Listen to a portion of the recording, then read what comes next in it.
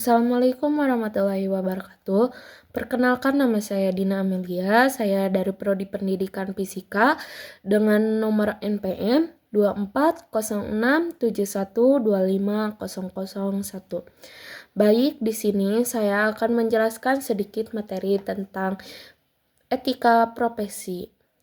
Yang pertama, ada pengertian etika profesi. Etika profesi bukan sekedar kumpulan aturan formal, melainkan sebuah sistem nilai, norma, dan prinsip moral yang menjadi kompas bagi individu dalam menjalankan tugas profesionalnya. Dalam dunia kerja, kecerdasan dan keterampilan teknis saja tidak cukup. Diperlukan integritas untuk memastikan bahwa keahlian tersebut digunakan dengan cara yang benar. Secara esensial, etika profesi hadir sebagai pedoman agar seorang profesional tidak terjebak dalam pengejaran keuntungan pribadi semata atau egoisme profesional. Ia menuntut komitmen moral yang kuat untuk menjaga kepercayaan masyarakat. Hal ini berlaku universal di semua pekerjaan, mulai dari dunia pendidikan yang membentuk karakter bangsa, bidang kesehatan yang menjaga nyawa manusia, hukum yang menegakkan keadilan, hingga dunia bisnis yang menggerakkan roda ekonomi. Kemudian ada tujuan etika profesi. Kehadiran etika profesi memiliki tujuan strategis bagi individu maupun keberlangsungan profesi itu sendiri. Di antaranya, yang pertama, menjaga integritas dan kepercayaan publik, memastikan masyarakat merasa aman dan percaya saat menggunakan jasa profesional karena ada jaminan perilaku moral. Yang kedua, ada standarisasi perilaku, memberikan garis batas atau standar yang jelas mengenai apa yang boleh dan tidak boleh dilakukan sehingga tercipta konsistensi dalam pelayanan. Yang ketiga, ada pencegah penyalahgunaan wewenang. Ini tuh melindungi klien dan publik dari potensi tindakan sewenang yang mungkin muncul akibat kedudukan atau jabatan seorang. Yang keempat, ada mendorong keadilan dan tanggung jawab. Memotivasi profesional untuk selalu bertindak objektif serta berani menanggung risiko atas setiap keputusan yang diambil. 5. Ada resolusi konflik. Menjadi landasan berpikir yang kuat ketika seorang profesional dihadapkan pada situasi dilematisasi atau konflik moral di lingkungan kerja. Kemudian saya akan membahas sedikit tentang prinsip-prinsip etika profesi. Untuk menjalankan etika ini, terdapat beberapa prinsip fundamental yang harus dihayati oleh setiap profesional. Yang pertama, tanggung jawab.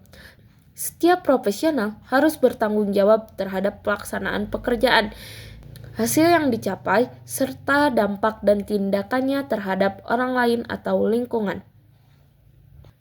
Yang kedua, ada kejujuran.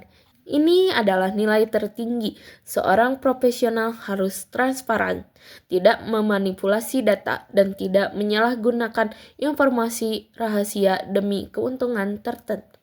Nah, yang ketiga, ada keadilan.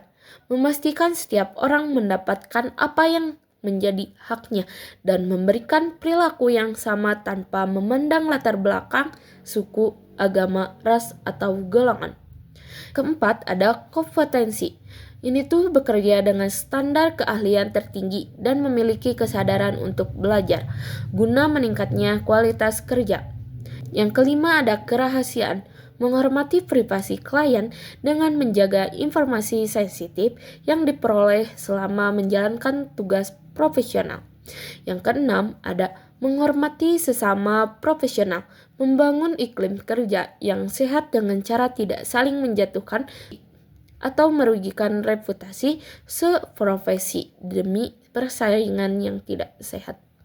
Kemudian ada etika profesi dalam berbagai bidang. Implementasi etika profesi menyesuaikan dengan karakteristik tantangan di setiap bidangnya. Yang pertama, kesehatan. Kesehatan ada dokter, perawat, dan tenaga medis terikat pada sumpah untuk menjaga kerahasiaan medis pasien, memberikan perawatan terbaik sesuai standar operasional, dan menjunjung tinggi prinsip kemanusiaan di atas segalanya. Yang kedua ada pendidikan. Di pendidikan ada guru dan dosen berperan sebagai teladan moral. Mereka wajib menjaga objektivitas dalam penilaian, menghargai hak-hak siswa, serta berdedikasi dalam mentransfer ilmu pengetahuan secara jujur. Yang ketiga ada hukum. Hukum, para penegakan hukum seperti hakim, jaksa, dan pengacara wajib berdiri di atas kebenaran. Mereka harus bebas dari intervensi atau suap demi tegaknya keadilan yang murni. Nah, yang keempat ada bisnis. Dalam dunia usaha, etika menuntut transparansi dalam transaksi, persaingan yang sehat, pemenuhan hak karyawan, serta tanggung jawab terhadap keberlanjutan di lingkungan hidup. Yang kelima ada teknologi. Profesional IT memegang kendali atas data. Mereka wajib menjaga keamanan privasi pengguna, mencegah kebocoran data, dan tidak menyalahgunakan akses sistem untuk kepentingan ilegal. Etika profesi ini ada dampak positif dalam penerapannya. Jika diterapkan dengan konsisten, etika profesi akan membawa manfaat besar seperti meningkatnya kepercayaan masyarakat. Profesi tersebut akan dipandang hormat dan memiliki kredibilitas tinggi di mata publik.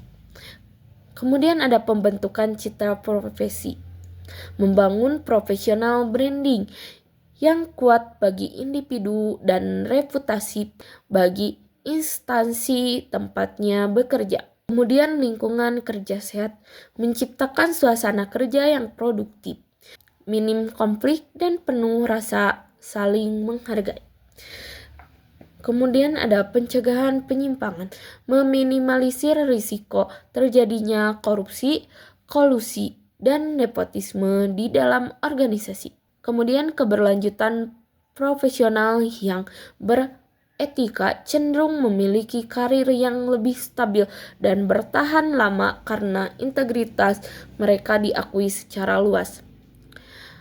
Nah, selain dampak positif, ada juga dampak negatif jika etika profesi diabaikan.